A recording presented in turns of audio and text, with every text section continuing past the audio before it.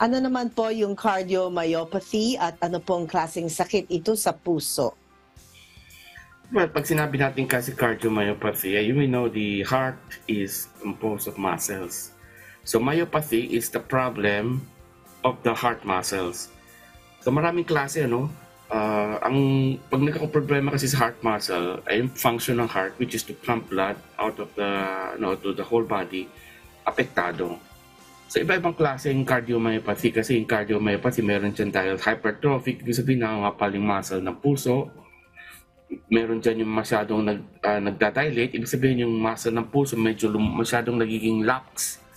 Or minsan, restrictive cardiomyopathy, yung muscles ng puso nagiging scar, so hindi na siya masyadong nagko-contract. So yun po yung pwedeng natin sabihin na general parang classification of cardiomyopathy. Ang cardiomyopathy maraming causes. Depende rin sa causes, may mga hindi natin masabi. Karamihan sa mga cardiomyopathy, hindi natin ma-identify kung anong cause. Pero meron dyan yung mga acquired na causes na cardiomyopathy. Yung mga hindi natin ma-identify na cause na cardiomyopathy, pwedeng namamana. May familiar tendency. Jackie, narinig mo yun? Namamana.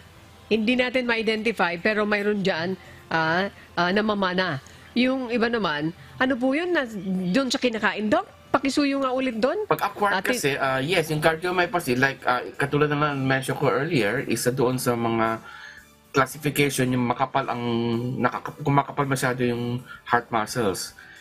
Kung mataas laging high ang blood pressure natin, pwede po mag-cause ng kumakapal po yung heart muscles.